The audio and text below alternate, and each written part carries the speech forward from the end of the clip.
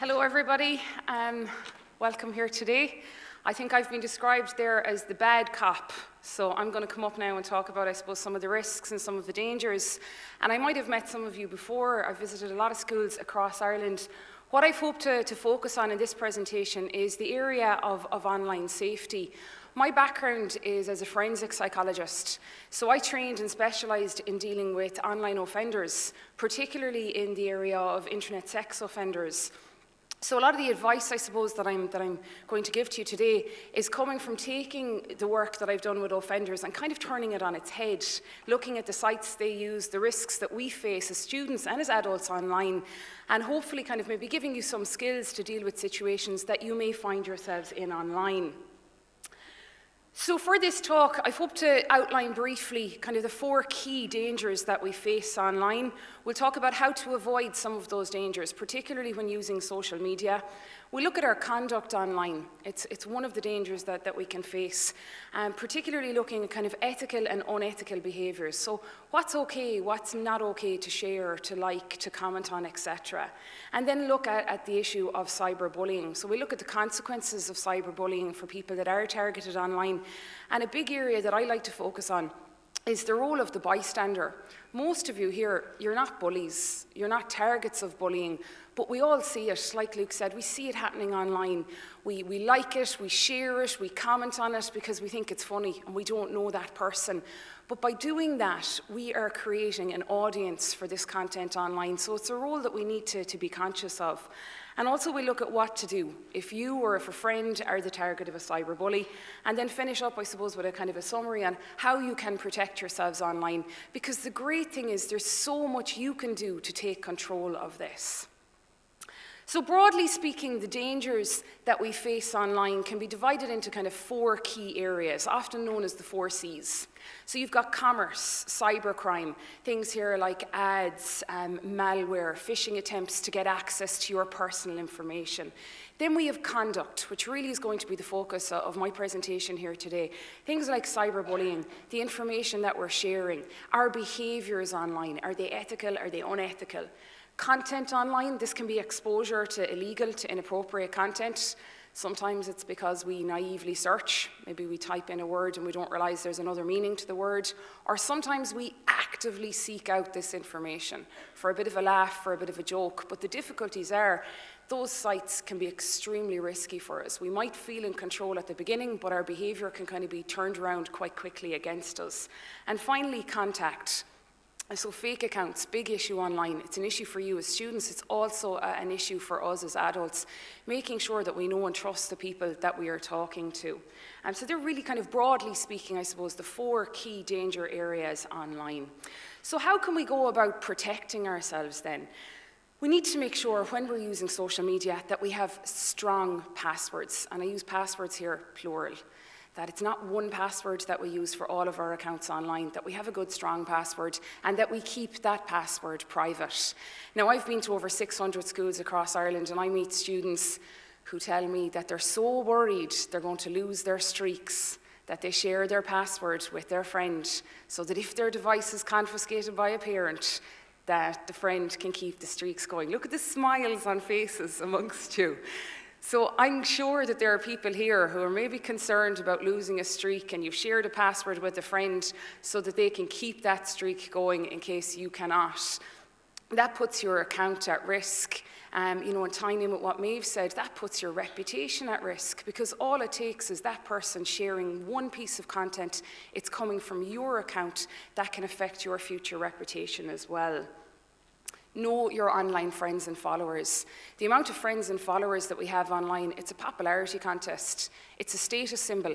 I visit primary schools where I meet children who have hundreds, thousands of followers and friends at primary school age, and it continues to climb into secondary school, with over 80% of students that I meet in schools across Ireland openly admitting that they have friends and followers online that they do not know in real life.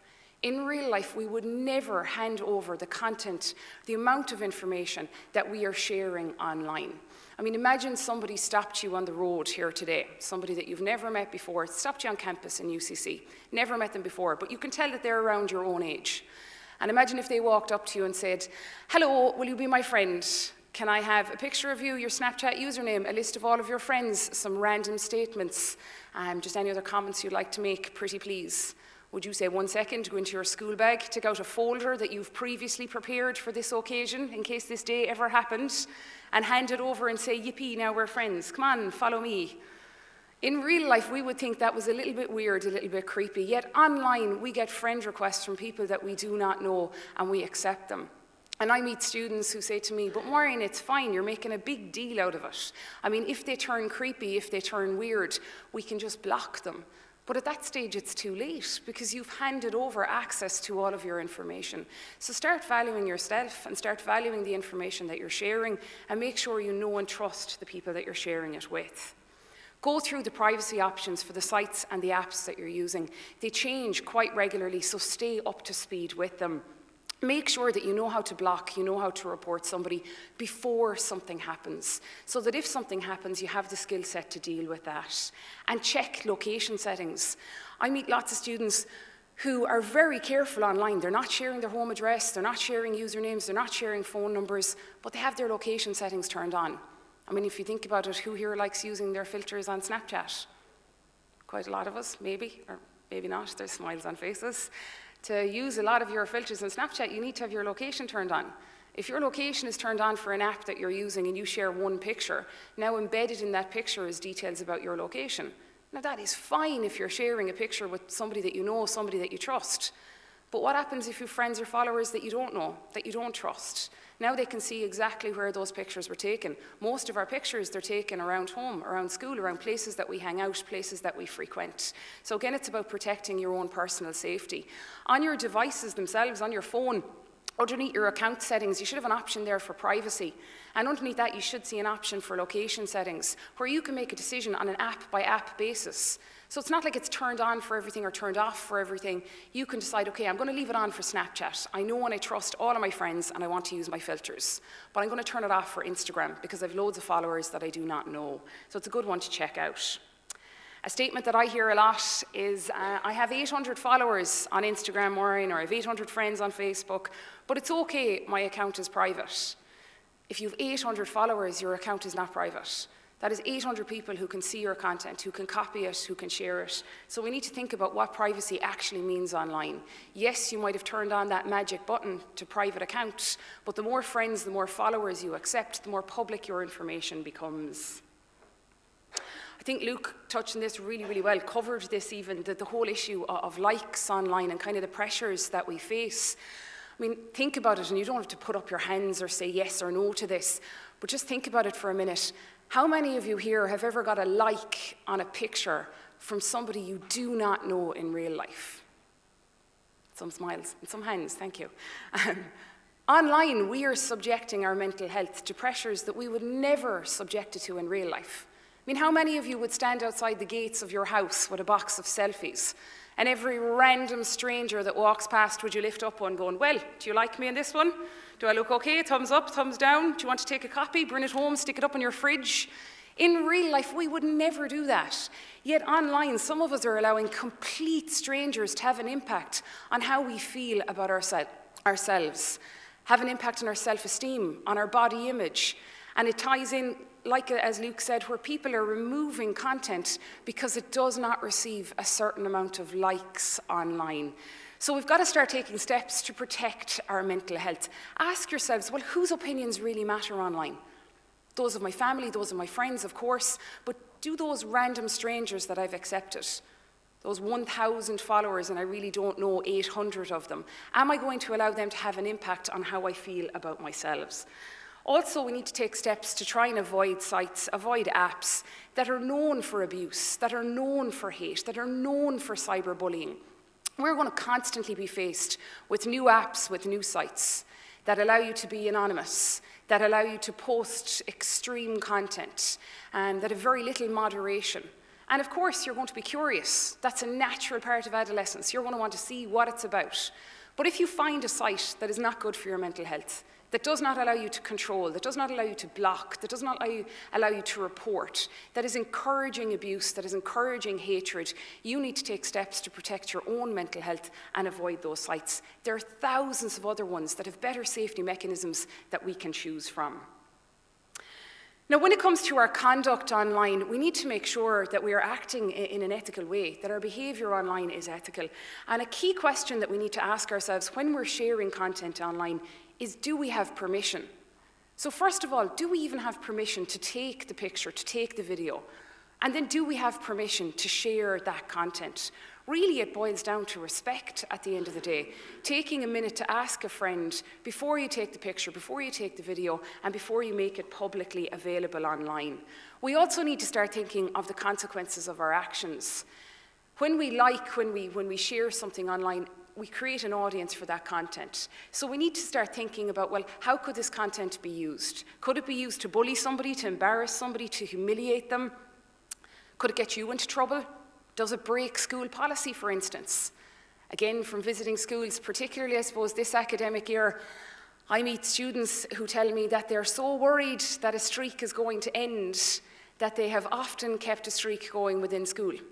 So school policy might be no phones, no pictures, no videos, but they are so concerned that their streak might end and then the world is obviously going to stop, that within school, they have taken a picture of somebody. They've taken a picture of the back of a teacher's head. They've taken a picture of another student, and they've shared that content online. That can have serious consequences for you, depending on the policy in schools. So make sure you know your school's policies. We have numerous ones. We have acceptable use policies, anti-bullying policies, codes of behaviour.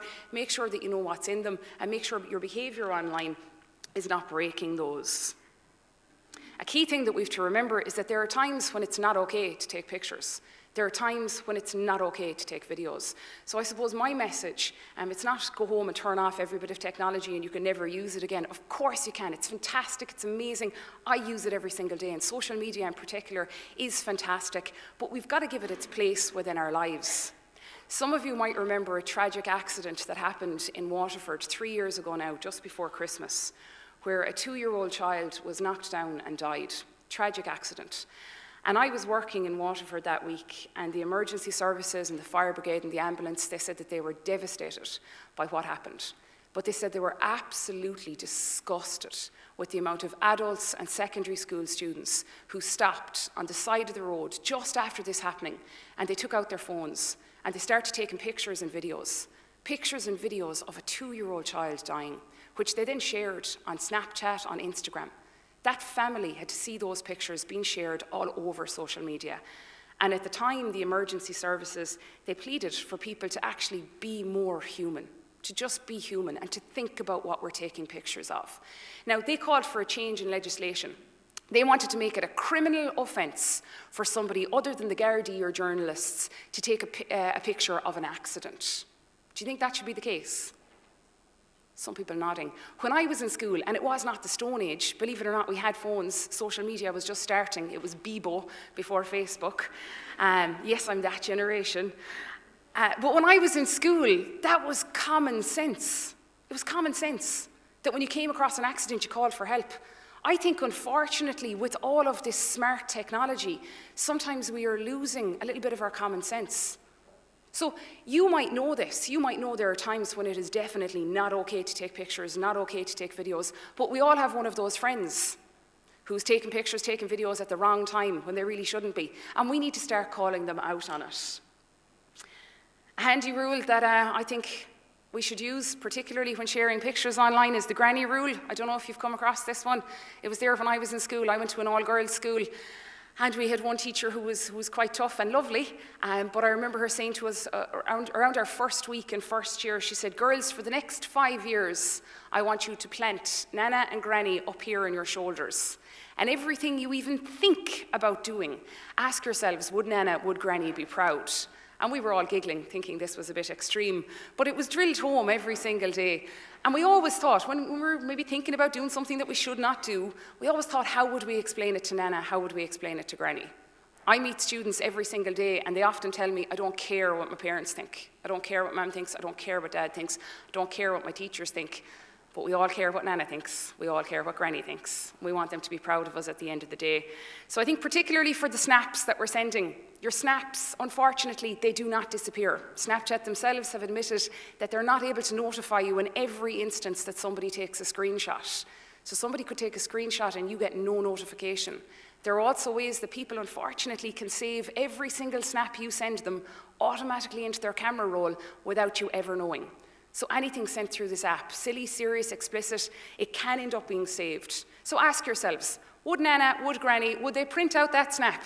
Would they put it into a photo frame? Would they hang it up over the fireplace and call in the neighbours to see the beautiful picture that you have shared? Chances are, maybe for most of them they would, but there might be one or two that they would not. Particularly inappropriate pictures, pictures within relationships where you think it's only going to be shared with one person and it can end up being shared with many, many more. So think of poor Nana, poor Granny. Moving on to cyberbullying, which I suppose also falls under our conduct online. Cyberbullying is defined as any behaviour performed through electronic or digital media by individuals or groups that communicates hostile or aggressive messages intended to inflict harm or discomfort on others. And cyberbullying differs from traditional forms of bullying because now you've got a much larger audience. When I was in school, bullying happened, but there might be 10 or 20 people at the lockers that see what's going on. There might be 5 or 6 people in the bathrooms that hear what's going on. Now when somebody shares something online, there can be an audience of thousands, millions, billions in a matter of seconds. It can go viral. There's also no time, no location barriers. When I was in school, bullying stopped at 4 o'clock. You got your weekends off, you had a summer holiday. But for people that are being cyberbullied, it's constant. They will not have an Easter break. They will not have a summer holiday. It's 24/7. And it reduces empathy because we cannot see the victim's reaction. People that are bullying online, all they can see is the screen in front of them. They cannot see the hurt or the harm that they're causing to somebody else. The consequences for people that are being cyberbullied, it varies. Every person deals with things differently. Every school I visit, and I'm sure there are some of you here today, I meet resilient students, students that kind of look at me going, there's no need of you being here at all. You know, if somebody bullies you online, you block the person, you remove them as a friend or a follower, you go and talk to a friend about it, and then you move on from that situation. And it's fantastic to meet those students, but unfortunately, not everybody is resilient online. Some people, they avoid using technology. They're scared, they're fearful of technology, they're fearful of social media. It is not right to make somebody else scared of using technology, of using social media. It's going to be so important for all of us into the future. They're stressed when they're online, they may become withdrawn, don't want to hang out with family, don't want to hang out with friends anymore. They might be reluctant to go to school, reluctant to be involved in social activities that they previously enjoyed. They can have signs of low self-esteem, where they're depressed, they're fearful all the time. In more serious cases, may engage in self-harm. They may stop eating. They may have difficulty sleeping. Or in extreme cases, where other factors are often present, death by suicide. Now, I can tell by the silence in the room and the looks on your faces, nobody here wants to make somebody else feel like this. It's up to you. It's not up to your teachers. It's up to you. You're the ones that are online. You need to make sure that your behavior online is not going to impact somebody else like this. And what we need to remember is that when we like things online, when we share things online, we create an audience for that content. If there is no audience, then there is no show. So don't add to the problem by liking the comment, by sharing it, sometimes even just viewing it. I was in a school last year and a video was made of a student in the school, and she was a student who had special needs. And a group of students thought it would be really funny to secretly record her in school and share that video online. She had no idea this video was being shared online until it was brought to her attention. And people were not commenting on the video, they were not liking the video, but they were viewing it. So you could see that number increasing. You know the lovely feeling you get when your streak score increases? Smiles on some faces, so that number keeps getting higher and it feels good. This was the complete opposite. So that girl was seeing that number increase. Every view meant somebody else had seen the video. And when I was speaking to the students who had viewed the video, they were all defending themselves, saying, but I didn't comment on it, but I didn't like it, I just viewed it. But just viewing the content in this situation was enough to have an impact for that student. So think about how you would feel if this happened to you, or if this happened to your younger brother or your younger sister. And stand up for what is right online. The good news is, I suppose, that there is things that we can do to try and protect ourselves online. So if you or a friend are the target of a cyberbully, first of all, remember that it's not your fault. The remarks can be very hurtful, they can be very cutting, but it is not your fault. They're the one with the problem, they're the one with the issue, and they need to go and talk to somebody about what's going on. So is it anger, is it upset, is it jealousy, is it resentment, is somebody bullying them? What's causing them to do this? Do not respond. I know you want to stick up for yourselves online, but bullies are just looking for a reaction. They want to see that they've upset you, that they've made you angry, and if you give them that reaction, things will escalate. Keep a copy of what's going on. This is particularly important at school level. If you want to bring something to the attention of teachers, you need to make sure that you've got proof. You've got screenshots, you've got screen grabs of what has actually happened. Most important, like all other things in life, talk to somebody about it. Talk to somebody that you trust, a parent, a teacher, a friend, an older brother or sister. If you as a student know that one of your friends is being cyberbullied, they've just told you, they don't want to tell teachers, they don't want to tell their parents, they don't want them to make a big deal about it, they've just told you, you need to make sure that you let an adult know as well. Make sure that a teacher or a parent knows so that they can support that student. Then stick up for yourself. You can take action by blocking the person, removing them as a friend, as a follower, reporting the problem to the website, to the app, to the phone company, and reporting serious issues to the Gardaí. Illegal issues include making inappropriate sexual suggestions. That includes picture or text messages, racist remarks, or persistent bullying that is seriously damaging to the victim's well-being. The great news is there's so much you can do to protect yourselves online. So have good, strong passwords and keep them private. Go through your privacy settings for the accounts that you're using and take control of those accounts. Take control of the information that you're sharing and who you're actually sharing it with. Only accept people as friends and followers if you know and trust them with your information. It's one of the best ways that you can protect yourselves online.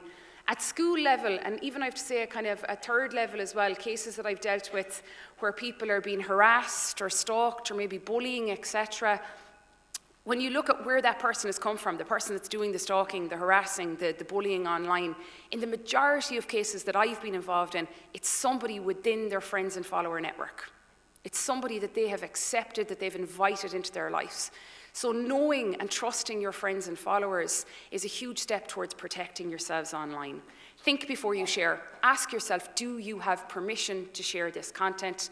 And employ the granny rule. Would granny be proud of what you're doing? Take steps to protect your mental health online. Tying in with what Luke said, particularly about this issue of likes online and removing content because it does not get a certain amount of likes. Ask yourself whose opinions actually matter and who are you going to allow have an impact on how you feel about yourself. And finally, and I suppose the message that I would like to get across is to just give technology its place.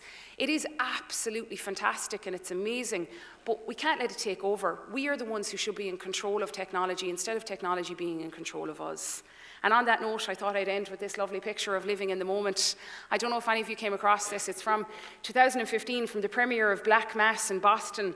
And Johnny Depp is just about to get onto the red carpet. And everybody's so busy trying to capture the moment that's right in front of them that they're missing it. Bar this lovely old lady here with the circle around her who is just soaking it in. Sometimes we are so busy trying to capture moments on our devices that we miss it.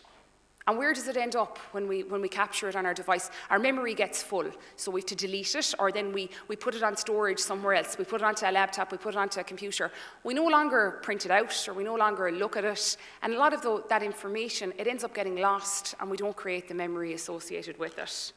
So thank you all very much for listening to me. I hope you got something from it, and I hope you enjoy the rest of the day. Thank you.